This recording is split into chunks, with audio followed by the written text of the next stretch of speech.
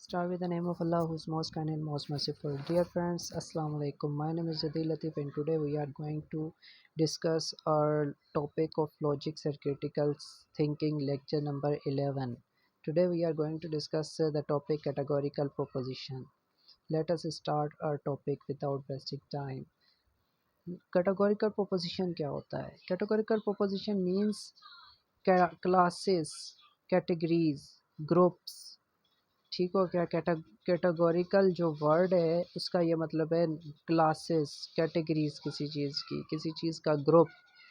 और ग्रुप कब बनता है? जब नंबर ऑफ़ इंडिविजुअल्स को जिसकी सेम करेक्टरिस्टिक्स है उसको एक साथ इकट्ठा कर दिया जाए तो वो उस चीज़ का ग्रुप कहलाता है। देयर आर टू कैटेगरीज और the classes of categorical proposition. अब ये जो कैटेगोरिकल प्रोपोजिशन है इसकी दो टाइप्स हैं, दो ग्रुप्स हैं, दो कैटेगरीज हैं। एक होता है ट्रेडिशनल लॉजिक्स जिसे हम क्लासिकल लॉजिक्स भी कहते हैं, एरिस्टोटेलियन लॉजिक्स भी कहते हैं। दूसरा इसका ग्रुप है जिसे हम कहते हैं मॉडर्न लॉजिक्स, सैलॉजीज, सिंबॉलिक लॉजिक भी उसे कहते हैं। मगर हम यहाँ पे जो स्टडी कर रहे हैं टाइप लॉजिक्स की उसे हम कहते हैं ट्रेडिशनल लॉजिक्स। तो यहाँ पे जो है it is based on theory of reduction. जो कैटेगोरिकल प्रोपोजिशन है वो थ्योरी ऑफ रिडक्शन पे बेस करती है। थ्योरी ऑफ रिडक्शन में हमने पहले भी पढ़ा था कि एक थ्योरी ऑफ रिडक्शन में जो है कौन से आर्ग्यूमेंट्स होते हैं? डिडक्टिव आर्ग्यूमेंट्स होते हैं, वैलिड आर्ग्यूमेंट्स के ऊपर बेस करती है थ्योरी ऑफ डिडक्शन। ठीक हो क्या? वैलिड आर्ग्यूमेंट्स कौन से होते हैं? Validity, invalidity, deductive arguments, inductive arguments को हम प्रीवियस लेक्चर्स में बड़ी ही डिटेल के साथ डिस्कस किया है। If deductive arguments are valid nothing can prove them invalid. अगर डिडक्टिव आर्ग्यूमेंट वैलिड हो गया तो कोई भी उसको इनवैलिड नहीं कह सकता। वंस आर्ग्यूमेंट इज़ वैलिड तो no one can prove them invalid. It also provides it also provides techniques for presence of discrimination between valid and invalid detections। अब ये क्या प्रोवाइड करता है जी? ये टेक्निक प्रोवाइड करते हैं, ऐसी टूल्स प्रोवाइड करता है जिनके ज़रिए से हम की ईज़िली आइडेंटिफाई कर सकते हैं कि वैलिड आर्ग्यूमेंट कौन सा है और इनवैलिड आर्ग्यूमेंट्स कौन सा है। ठीक है, तो ये जो कैटेगोरिकल प्रोपोजिशन है या जिसमें डिडक्टिव जिसे एरिस्टोटेलियन लॉजिक्स कहते हैं, तो यहाँ पे ऐसे ये किस पे बेस करता है? डिडक्टिव आर्ग्यूमेंट्स पे। और उनकी हेल्प से हम जो है ऐसी टेक्निक्स यूज़ करते हैं, ऐसे टूल्स यूज़ करते हैं जिनसे हमें इजीली हेल्प मिल जाती है कि आइडेंटिफाई कर सके कौन सा आर्गुमेंट वैलिड है, कौन सा आर्गुमेंट इनवैलिड है और वैलिडिटी और इनवैलिडिटी के दरमियान क्या डिफरेंस है। राइट। तो नेक्स्ट आ जाता है जी क्लासिकल लॉजिक्स। तो जिसे हम ट्रेडिशनल लॉजिक्स कहते हैं, तो इसकी डेफिनेशन की बात की जाए तो it is the traditional account of syllogistic reasoning in which the certain interpretation of categorical propositions are presupposed. तो ये ट्रेडिशनल है, बहुत ही पुराना कॉन्सेप्ट है सैलॉजिस्टिक रीजनिंग का, जिसमें लॉजिक्स क्या था? हमने डेफिनेशन पढ़ी थी लॉजिक्स की, जिसमें it is the form of reasoning. किसी चीज़ को प्रूव करने के लिए हमें रीज़न प्रोवाइड की जाती है। तो ये जहाँ पे क्लासिकल लॉजिक्स की बात आती है तो यहाँ पे सैलॉजिस्टिक रीजनिंग जो कि हमने खुद से किसी चीज़ को सपोज किया होता है, अपने सेट ऑफ माइंड को, अपने थॉट्स को यूज़ करके किसी चीज़ को जो है अपनी इंटरप्रिटेशन की फॉर्म में जो है हम किसी चीज़ के बारे में रीजनिंग देते हैं। राइट। तो थॉट प्रोसेस को यूज़ करते हुए हम किसी चीज़ की इंटरप्रिटेशन करते हैं या फिर रीजनिंग प्रोवाइड करते हैं जो कि प्री सपोज्ड होती है। प्री सपोज्ड मतलब कि पहले से ही हमने उसको सपोज किया हुआ होता है। तो इस तरह की रीजनिंग को हम क्या कहते हैं कि ये कहाँ पे काउंट होती है? क्लासिकल लॉजिक्स में। नेक्स्ट टॉपिक आता है जी सैलॉजिज्म। अब सैलॉजिस्टिक रीजनिंग हमने पढ़ा था। अब सैलॉजिज्म क्या होता है? तो similarly deductive scheme of formal argument, formal means valid argument. तो ये वो वैलिड आर्ग्यूमेंट होता है सैलॉजिज्म जिस जो कि तीन चीज़ों पे कंसिस्ट होता है, जिस डिपेंड कर रहा होता है। तीन चीज़ें मिल के डिडक्टिव आर्ग्यूमेंट बनाते हैं सैलॉजिज्म। सैलॉजिस्टिक आर्ग्यूमेंट भी इसको कहते हैं, सैलॉजिस्टिक आर्ग्यूमेंट बनाते हैं। वो कौन सी तीन चीज़ें? मेजर प्रीमाइज, माइनर प्रीमाइज और तीसरी चीज़ होती है कंक्लूजन। मेजर, माइनर और कंक्लूजन, इन तीनों को प्रीवियस लेक्चर में बड़ी डिटेल के साथ हमने डिस्कस किया हुआ है। एग्जांपल देख लेते हैं कि एवरी वर्च्यू इज़ लॉर्डेबल। ये फर्स्ट प्रेमिसेस हो गया, ठीक हो गया। हर अच्छी आदत अच्छी समझी जाती है, लॉर्डेबल है। काइंडनेस भी एक अच्छी आदत है, वर्च्यू मीन्स अच्छी आदत। तो काइंडनेस इज़ अ वर्च्यू, ये दूसरी प्रेमाइज है। ये फर्स्ट थी, ये सेकंड प्रेमाइज, और थर्ड पे हमारा कंक्लूजन निकल रहा है कि काइंडनेस इज़ अ लॉर्डेबल। तो इसमें देखो कि प्रेमाइज जो है फर्स्ट वाली वो माइनर प्रेमाइज है, सेकंड वाली मेजर प्रेमाइज है, और थर्ड पे उसका कंक्लूजन निकल रहा है। तो हम कह सकते हैं कि क्या ये सैलोजिस्टिक आर्ग्यूमेंट है? तो जी हाँ, ये सैलोजिस्टिक आर्ग्यूमेंट है।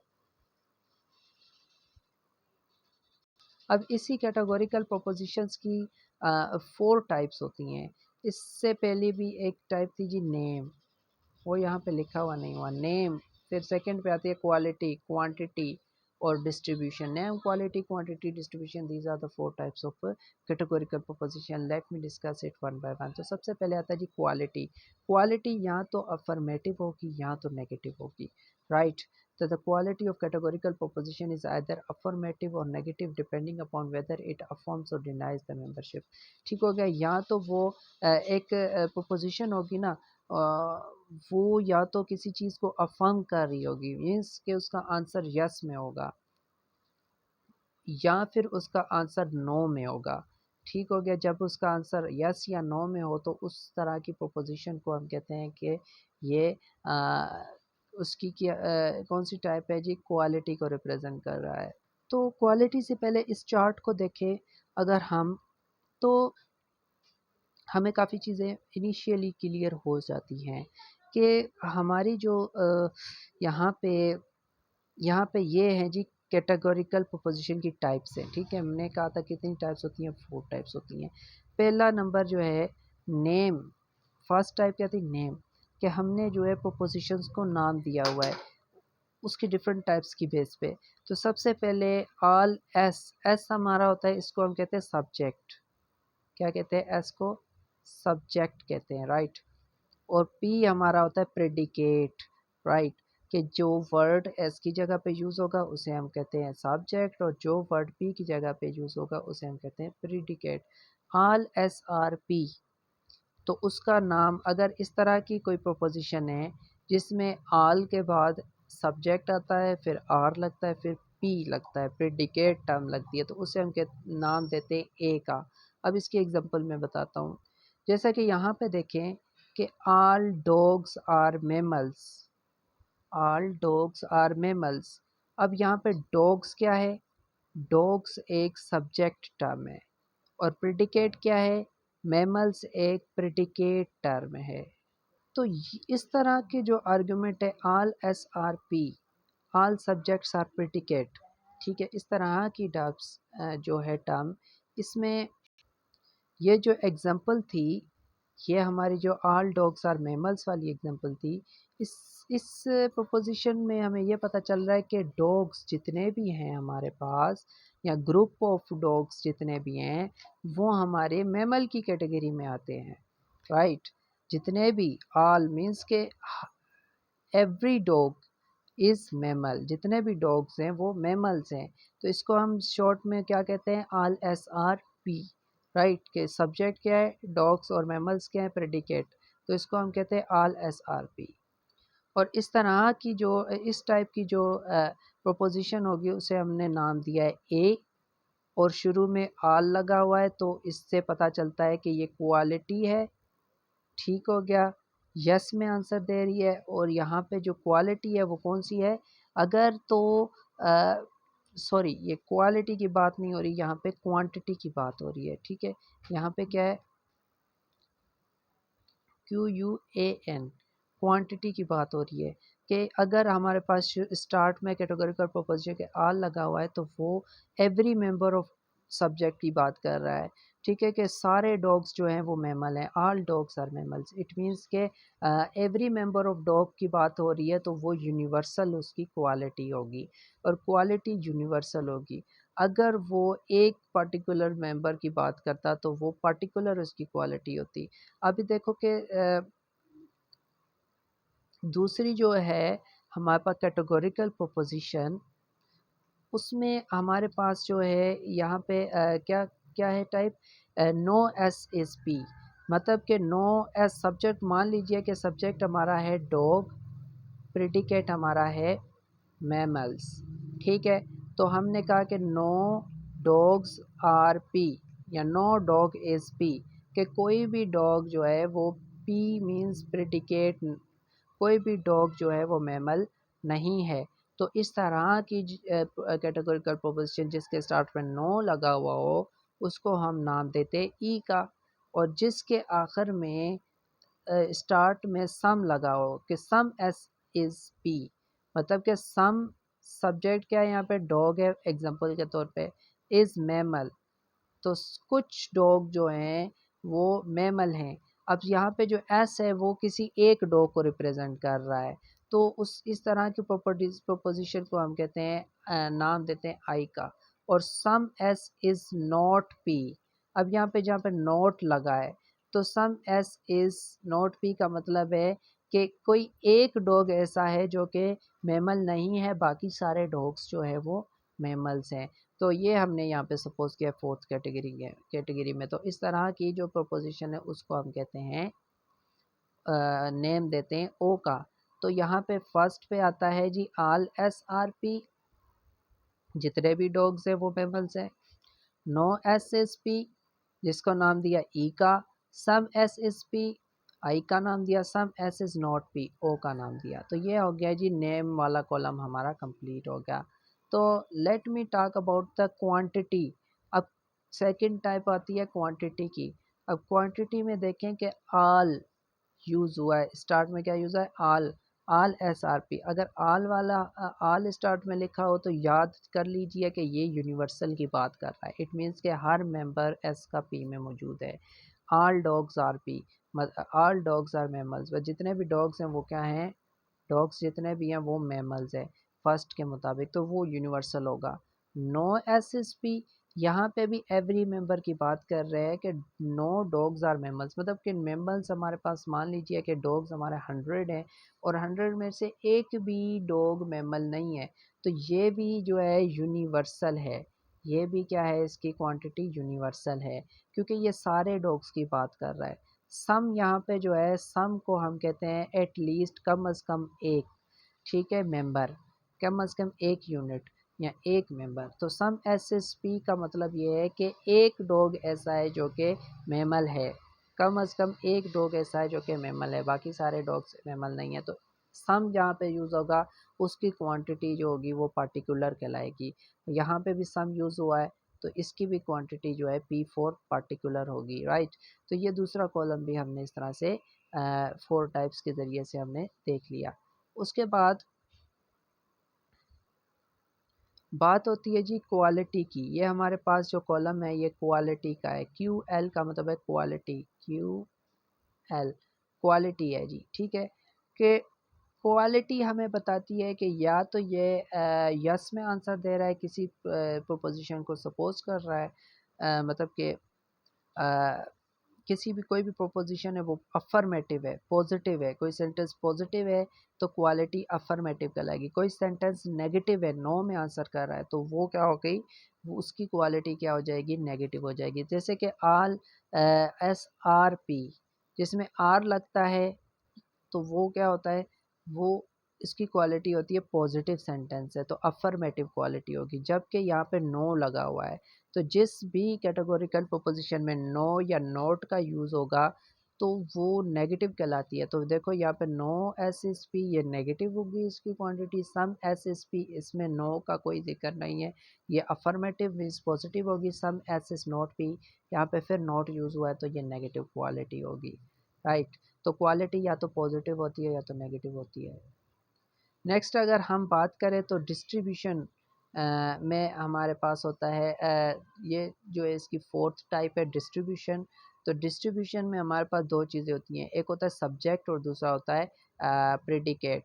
तो हमें बताना होता है कि कौन सी टर्म जो है सब्जेक्ट की, कौन सी टर्म डिस्ट्रीब्यूटिव है या अनडिस्ट्रीब्यूटेड है। और कैटेगोरिकल प्रोपोजिशन को देखते हुए ये भी बताना होता है कि ये जो प्रेडिकेट है इस कैटेगोरिकल प्रोपोजिशन का, ये जो प्रेडिकेट है या तो ये डिस्ट्रीब्यूटिव होगा या अनडिस्ट्रीब्यूटिव होगा। तो जो पहली जो टाइप थी नंबर 1 ए वाली, जिसका नाम हमने दिया था ए कैटेगोरिकल प्रोपोजिशन ऑल एसआरपी। इसमें जो हमारा सब्जेक्ट होता है वो डिस्ट्रीब्यूटिव होता है, चाहे जो मर्जी कैटेगोरिकल प्रोपोजिशन की एग्जांपल बना लो, अगर वो इस रूल के मुताबिक बनी है जिसका नाम ए है तो उसमें सब्जेक्ट डिस्ट्रीब्यूटिव होगा, प्रेडिकेट अनडिस्ट्रीब्यूटेड होगा। और सेकंड वाला जिसका नाम ई है उसमें सब्जेक्ट डिस्ट्रीब्यूटिव, प्रेडिकेट भी डिस्ट्रीब्यूटेड होता है। जबकि आई वाले में जो है सब्जेक्ट भी अनडिस्ट्रीब्यूटेड होगा, प्रेडिकेट भी अनडिस्ट्रीब्यूटेड होगा। और ये जो फोर्थ वाला है सम एस इज नॉट बी, इस फोर्थ वाली ओ वाली टाइप में सब्जेक्ट अनडिस्ट्रीब्यूटेड और प्रेडिकेट हमारा डिस्ट्रीब्यूटेड होता है। ये आपने याद कर लेना है। अगला स्टेप है इनकी डायग्रामिंग करना। तो सबसे पहले इनकी डेफिनेशंस को हम कर लेते हैं क्लियर, ताकि नोट्स भी आज साथ साथ बनते जाएं। तो सबसे पहले ये बात कर रहा है जी क्वालिटी की। तो क्वालिटी या तो हमने पढ़ा था अफर्मेटिव होती है या तो नेगेटिव होती है। तो quality of the categorical proposition either be affirmative या negative depending upon whether it affirms और डिनाइज द मेंबरशिप, कि वेदर वो यस में आंसर दे रहा है या नो में आंसर दे रहा है। तो क्वांटिटी जो होती है कैटेगोरिकल प्रोपोजिशन की वो या तो यूनिवर्सल होती है या तो पर्टिकुलर होती है। कि quantity of categorical proposition is either universal और particular depending upon whether some or all member of the class denoted by the subjective term, whether the statement makes the claims about the every or the some member of the class। कि या तो sentence every member of class की बात कर रहा है या सम member of class की बात कर रहा है। इसमें हमें यहाँ पे जो वर्ड यूज़ होते हैं कैटेगोरिकल प्रोपोजिशन में आल या सम का वर्ड यूज़ होता है। ठीक है, तो अगर तो वो आल का वर्ड यूज़ करते हैं या नो का वर्ड यूज़ करते हैं तो ये दोनों यूनिवर्सल होती हैं, और सम जहाँ पे लिखा होता है तो वो कैटेगोरिकल प्रोपोजिशन समझ जाइए कि वो पार्टिकुलर है।